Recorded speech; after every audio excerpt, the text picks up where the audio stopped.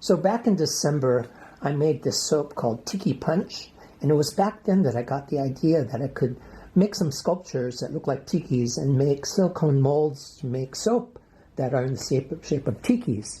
So these are some drawings that I did. I looked online at the general characteristics of tikis and did these drawings so I get unique sculptures. And now I'm going to show you how I sculpted this out of a clay called Sculpting, and then get on with how I made the molds. Okay, so I'm going to show you from start to finish, hopefully, how I work with Sculpting clay to make molds for some unique soaps. And I'm using a product called Sculpting. So this is the product. It's called Sculpting, and I'll be showing you the clay in a moment. But it's really easy to work with, I think. And then you just bake it at 275 degrees Fahrenheit, and it cures. It becomes really hard, and that's what I use as the positive image to cast the molds. So the only thing is, it shouldn't be more than half an inch of thickness, the clay. So I'm making the interior of my sculpture with some aluminum foil, and right now it's too thin. And this is all by feel. I keep adding little bits of aluminum foil until I get the thickness that will support that exterior that I'm going to build with the clay. So let me get this set up and I'll be right back.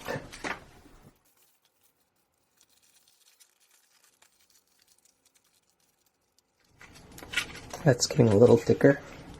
I'm also going to shape this a little bit. I've already made some, and I'm going to make a little indentation like this, and you'll see why in a moment.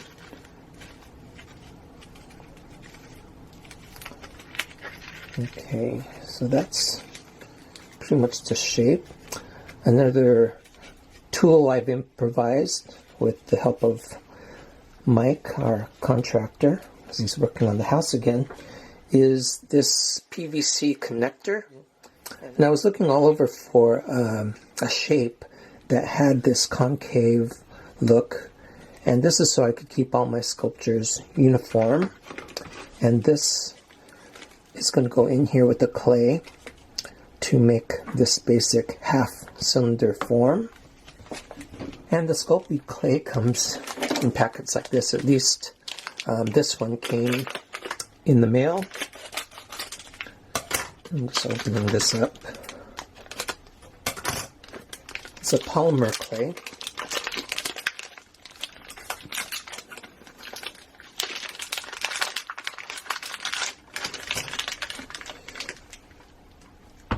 And I pretty much have dedicated tools for various projects. Like, I wouldn't use these tools for preparing food or even preparing soap, because it's hard to get the trace of this off surfaces. So the best thing to do is knead this a bit first. It makes it more pliable. It gets rid of little air bubbles.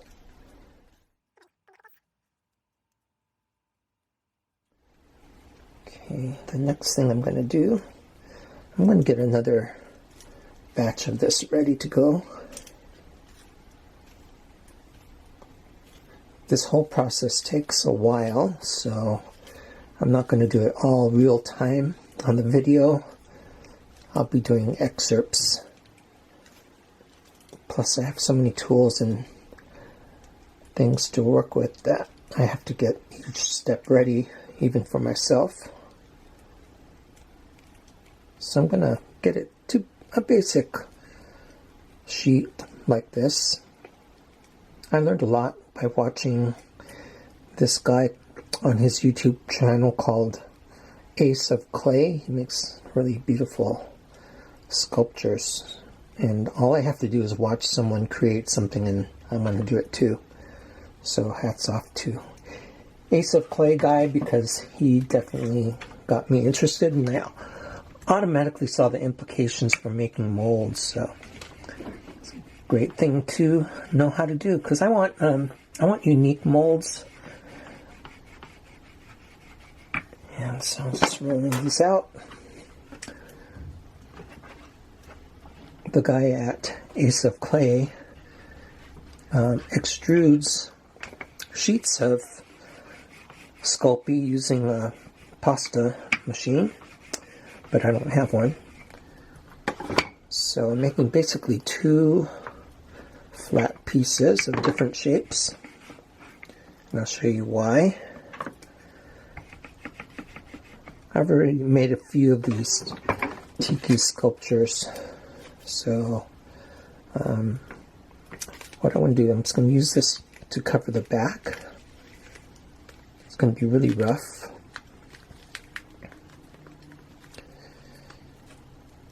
And then the front that has this indentation is going to be with this fatter piece. I'm going to cover that over.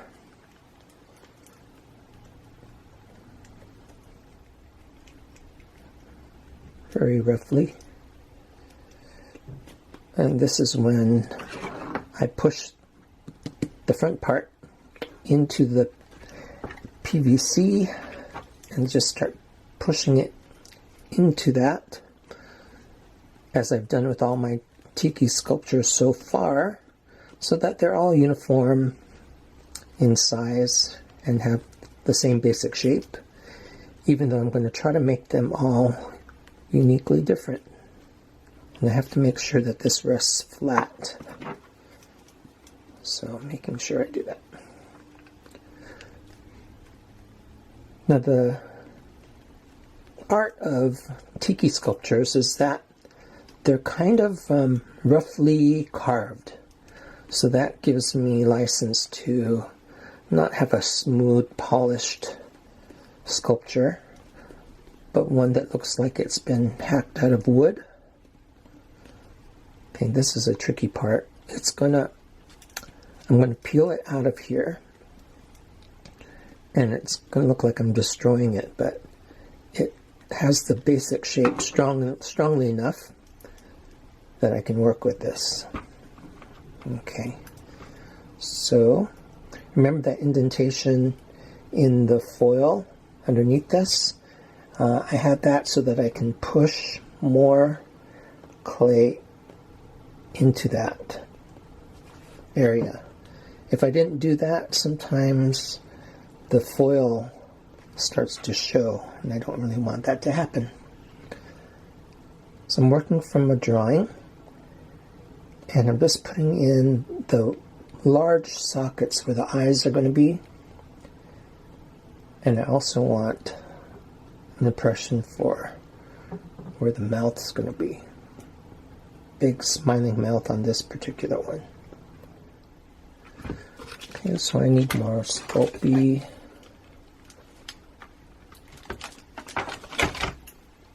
This should be enough for the rest of my project, maybe a little more. I don't want to have to stop and knead this. I don't want to have to stop and knead all my little bits, so I'm going to just knead as much clay as I think I'm going to need for this. The next step, I'm going to use an equal amount for each eye, and I'm going to just roughly shape it. I'm also thinking of not only how this sculpture is going to look from the front, but I want the profile to have some interest too, so I'll keep checking for that. So making these little diamond shapes, and I'll push them into place. Like that. And then use this tool to firm down the edges. Everything's just really roughed in, just like you're doing a sketch, a 3D sketch first, and then I can polish it up later. And I find sometimes the the roughness of the tool creates a texture that I want to keep sometimes in the final thing.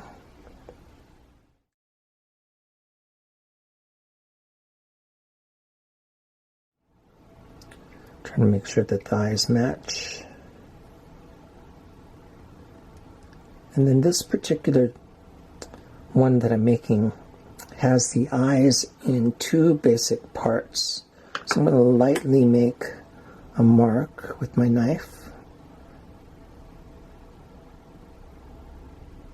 about halfway down there at an angle, and then I'm going to shape that by pushing that down.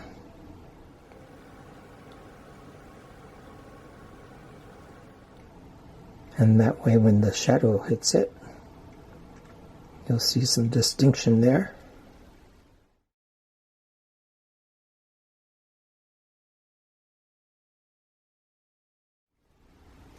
And in my drawing, the bottom portion of the eye is a little more triangular, so I'm going to try to get that.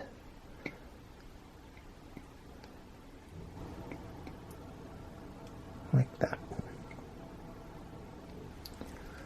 Okay, so it's starting to look like my tiki. Now for the nose, which is basically a triangle. Checking for size, looking at my drawing, and I'll put it right there. Has some bulk to it because now I can see a profile showing up. Get some of this stuck down with my fingers. Fingers are such a good tool. My drawing has a really pointy top portion of the nose, and I'm going to just use the rounded side of the handle to push that in. That's looking good. And my drawing has a little angular feature to the nose, so I'm going to get that in there. Somewhat like that. Just press it in.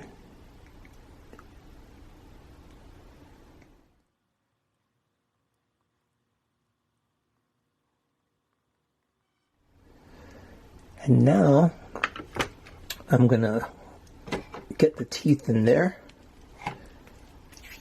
It's a nice secret is to get the teeth in there after you have an impression for where the mouth is, and then build the lips over that so that the teeth are in deeper to the mouth than the lips are, which makes a lot of sense. So I need about this much. Has a nice smile to it. Rolled it a little thinner.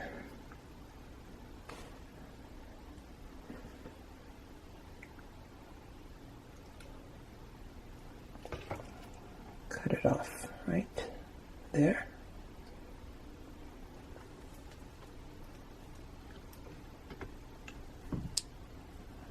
And right there. Now I'm going to press them in flat, make sure it adheres.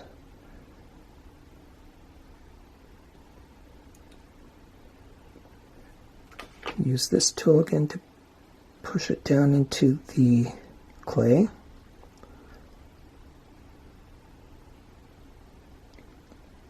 Now the difference between these sculptures that I can kind of throw together pretty fast and having this end product being the sculpture itself is that I don't have to worry as much about making sure that things hold together to last for a long time. I just want them to be strong enough so that they can last through the molding process. Okay, so next thing I'm going to do, I'm going to use this knife, plastic knife, and cut little lines to make the teeth.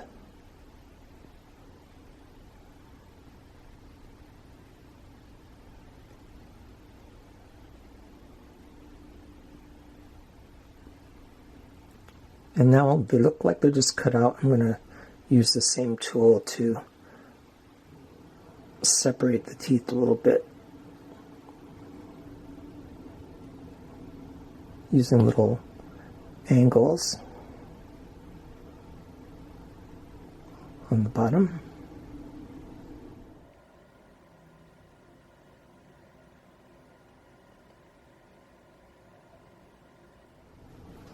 There we go. Start looking for little edges that I want to smooth out. And let's see, I want to clean up the inside of the mouth. Oops, I'll use this tool.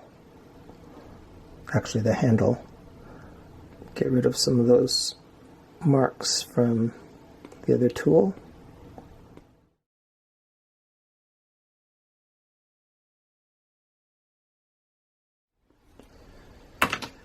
And make some bottom teeth that are to the sides of the mouth. Before I drew my tiki drawings as plans for the sculptures, I don't want to copy from my source material. I'm really using the source material as just to see what is the character of tikis. So they have some characteristics that I want to follow so that they come across as tiki, and that is that they're kind of simplified, they're kind of exaggerated, and they all have this wide mouth, some teeth showing, and usually some really sharp angles. Okay, so that doesn't look like teeth yet. Do it on the other side too.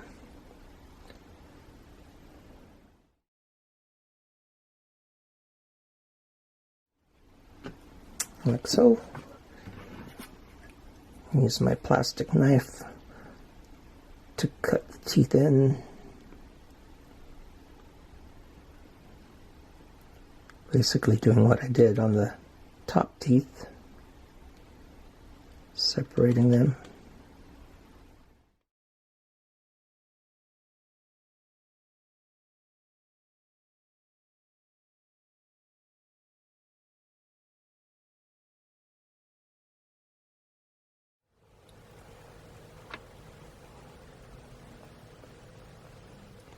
Like that.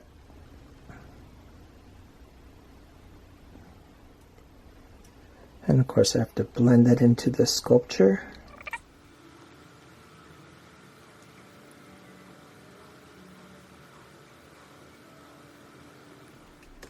I need a smaller tool to get in there without leaving these little marks.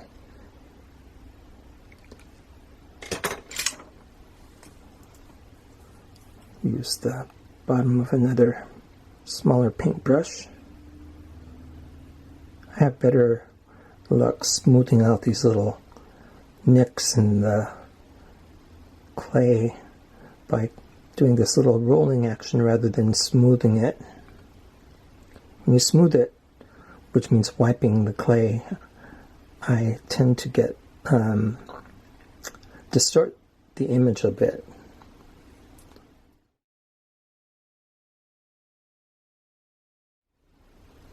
The tiki images were like gods that protected people, ensured fish harvests or crops. They offered protection from evil.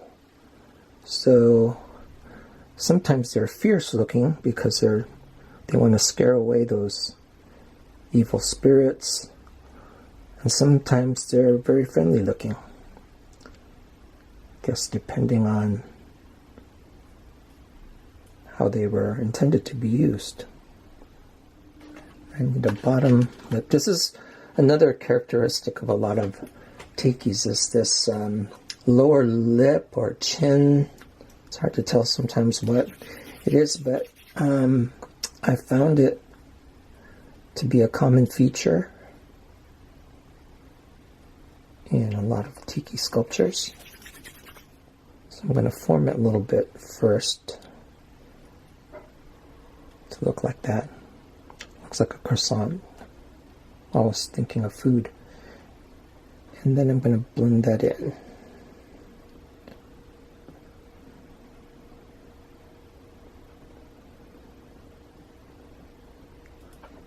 Roughly.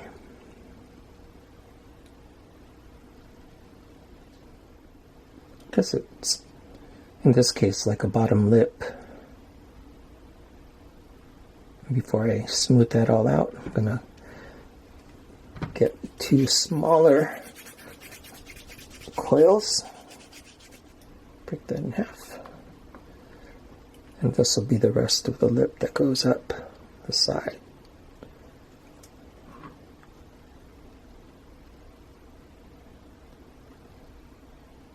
Like that.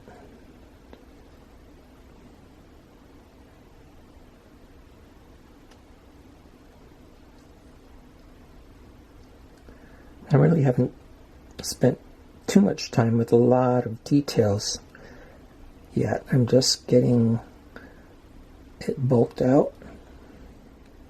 And if there's any space on this sculpture, I'm going to try to make some hands.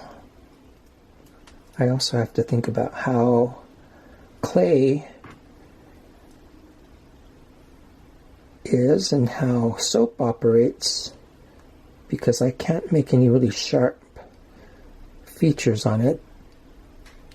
That soap will have a hard time maintaining that shape. Now some of the details. A lot of tiki sculptures have some kind of headdress, and in this case they're going to be like 2 arches, sort of like McDonald's here. And I'm going to form it kind of like I did the top lip. And I'm going to have to simplify from my drawing a little bit. My drawing was just a guide, as sometimes I don't have enough room to do what I really had planned originally, but that's okay. Okay, so I'm preparing for some details, which are textural. So I want to make sure that I get it somewhat smoothed out first. And my last thing that I'm going to do after I add some more details is to put in like a wood texture, because these tikis are almost always made out of wood.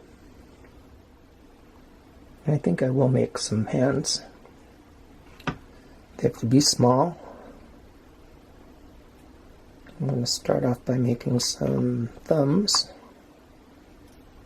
You hold your hands to your belly. Your thumbs are usually straight up. So I'm going to make these 2 little thumbs. And they're also pointed generally in the direction of the center of the belly. There. But another quality to these sculptures is that they're very symmetrical. They don't look like thumbs now, but they will. And then I'm going to make 2 balls of clay, basically making a fat triangle. I'll get another one ready. So if you look at your hands, basically I'm trying to make a simplified hand with a kind of a triangle there. Push it into place. Flatten it out. And as I flatten it out, it grows a bit. And then I'm just going to cut and shape the fingers.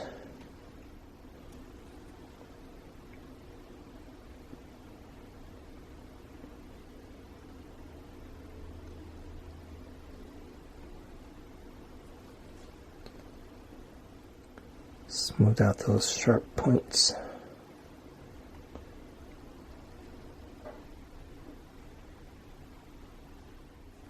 I like this indentation right here above the eye.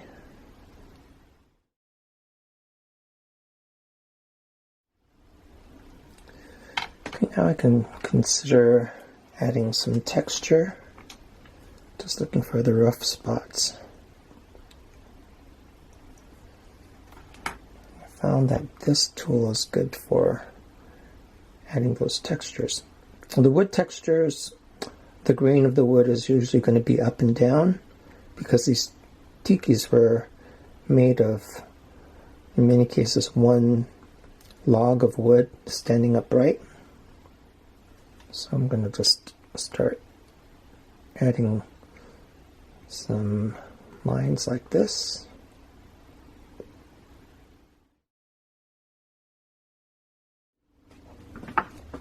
And I also want to add some texture under the eyebrows.